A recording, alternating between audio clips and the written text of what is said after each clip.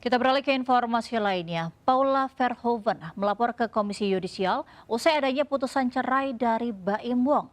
Paula menuding 3 hakim melakukan pelanggaran etik dalam proses cerainya.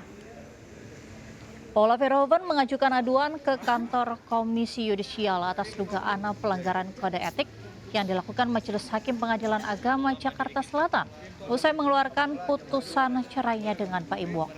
Paula merasa dirugikan atas sederet poin yang disampaikan hakim dalam putusan tersebut dan kembali membantah tuduhan perselingkuhan dari Baim Wong maupun pada putusan cerainya.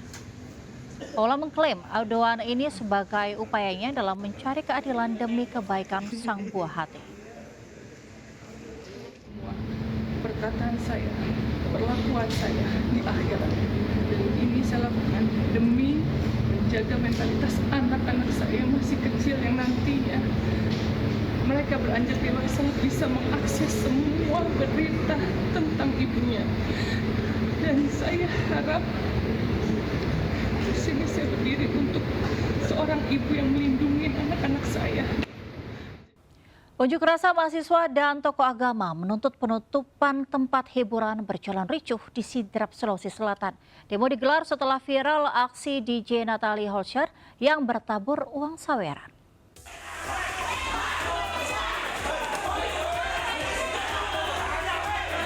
Aksi demo mahasiswa dan tokoh agama di Kabupaten Sidrap, Sulawesi Selatan diwarnai dengan aksi saling dorong dengan petugas.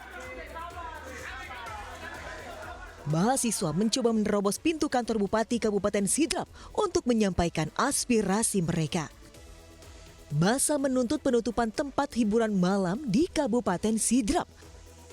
Masa juga meminta pemerintah segera melakukan sidak terutama bagi tempat hiburan yang tidak memiliki izin. Unjuk rasa ini digelar setelah aksi DJ Natalie Holscher viral di media sosial. Ia bermandikan uang saweran senilai 150 juta saat manggung di salah satu tempat hiburan di Kabupaten Sidrap. Dari Sidrap, Sulawesi Selatan, Erwin Eka Pratama Ainus melaporkan. Kita beralih ke informasi lainnya, petugas pemadam kebakaran sempat kesulitan mengevakuasi jenazah pria parubaya obesitas yang berada di lantai 3 rumah kontrakan di kawasan Tambora, Jakarta Barat. Petugas pun mengevakuasi jenazah menggunakan tali dan tandu dari lantai 3 rumah.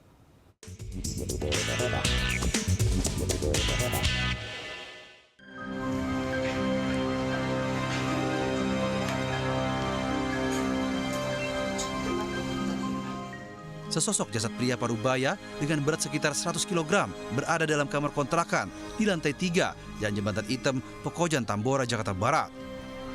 Pihak keluarga dan warga kesulitan saat hendak membawanya ke musola hingga meminta bantuan petugas pemadam kebakaran. Sejumlah petugas pemadam kebakaran sektor Tambora yang menerima laporan langsung mendatangi lokasi. Petugas melakukan evakuasi jenazah menggunakan tali temali dan tandu dari lantai 3 rumah kontrakan. Dan selang 1 jam, jenazah berhasil dievakuasi melalui luar rumah kontrakan karena petugas kesulitan mengevakuasi dari dalam rumah yang terbilang sempit.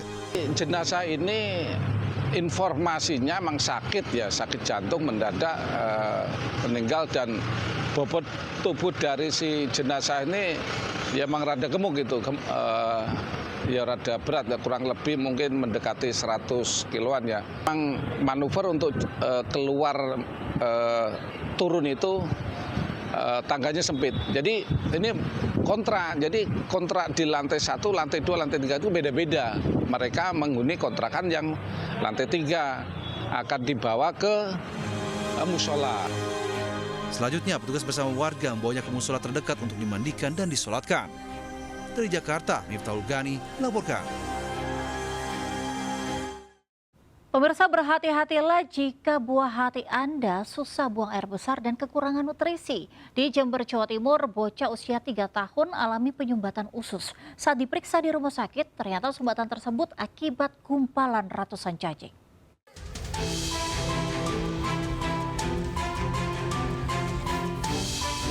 Dokter bedah anak Rumah Sakit Dr. Subandi Jember baru-baru ini mengoperasi anak laki-laki berusia 3 tahun karena penyumbatan usus. Dari hasil foto ronsen, diketahui di dalam ususnya terdapat ratusan cacing gelang yang menggumpal hingga menutup saluran makanan. Akibatnya, balita tersebut kekurangan nutrisi, susah bernafas, hingga susah buang air besar. Total ada 3 toples cacing yang dikeluarkan dokter dari usus balita itu. Dokter menyebut cara makan yang kurang bersih dengan tidak mencuci tangan atau konsumsi air yang tidak dimasak dimungkinkan menjadi faktor utama cacing berkembang dalam usus. Dia memang secara sehari-hariannya ya untuk hygiene-nya juga kurang baik.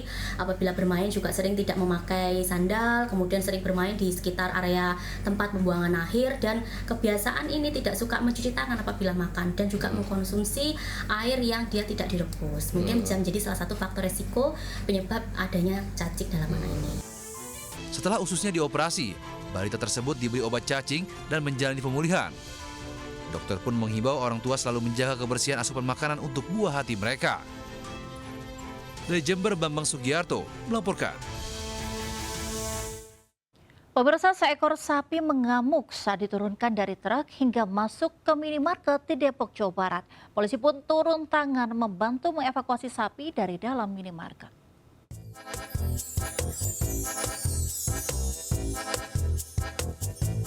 Seekor sapi masuk ke dalam minimarket di Jalan Raya RTM, Cimanggis, Kota Depok, Jawa Barat. Ia masuk saat pintu terbuka ketika ada pelanggan yang hendak keluar. Peristiwa itu terjadi saat sapi baru saja diturunkan dari truk. Evakuasi terhadap sapi berlangsung selama lebih dari 2 jam. Polisi pun sempat turun tangan membantu mengeluarkan sapi itu. Ya sepi juga sih, nggak ada pengunjung, ada 2-3 orang pada nggak upah aja kan, motor juga nggak banyak. Motor di mana motor itu? Ada polisi juga, Pak? Ada. Nah, itu ngeluarinnya gimana, Pak? Keluar sendiri aja. Di pegang bututnya sama polisi. Sapi yang ngamuk hingga masuk ke minimarket itu merupakan sapi yang hendak dijual untuk hewan kurban. Meski sempat mengamuk dan sulit dalam proses evakuasi, namun tidak ada korban dalam peristiwa ini. Dari Depok, Jawa Barat, Iyung Rizky, iNews melaporkan. Ya, sementara itu heboh seekor ular king cobra masuk ke dalam dapur rumah warga di Sampang, Jawa Timur. Petugas damkar sempat kesulitan mengevakuasi ular karena tempat yang sempit.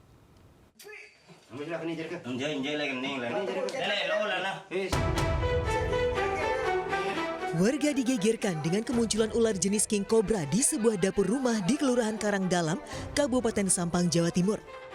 Warga pun langsung meminta bantuan petugas damkar untuk mengevakuasi ular berbisa tersebut. Meski dengan peralatan lengkap, 5 petugas damkar kesulitan saat evakuasi. Ular berada di bawah rak piring, terhimpit lemari di dapur yang sempit.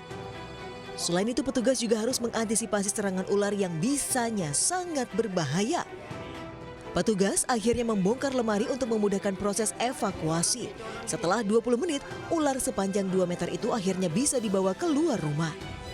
Agar tidak terjadi hal yang tidak diinginkan, saat ini ular kobra tersebut telah diamankan di kantor damkar Sampang.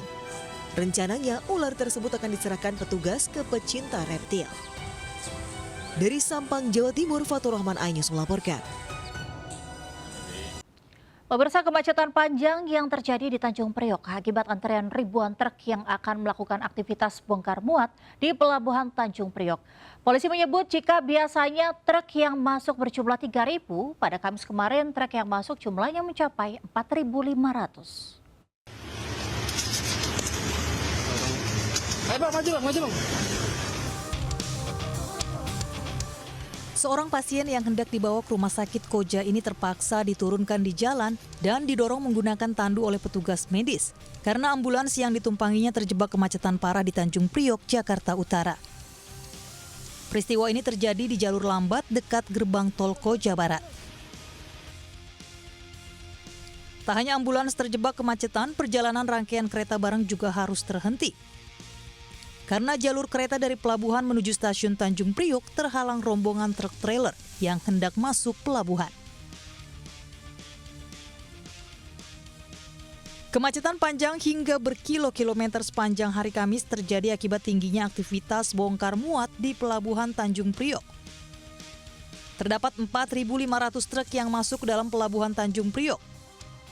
Padahal normalnya hanya berjumlah sekitar 2.500 truk. Berapa jam kalau ke pelabuhan? 20 menit. 20 menit. Kemarin 10 jam tuh. Itu kenapa sih Pak macetnya?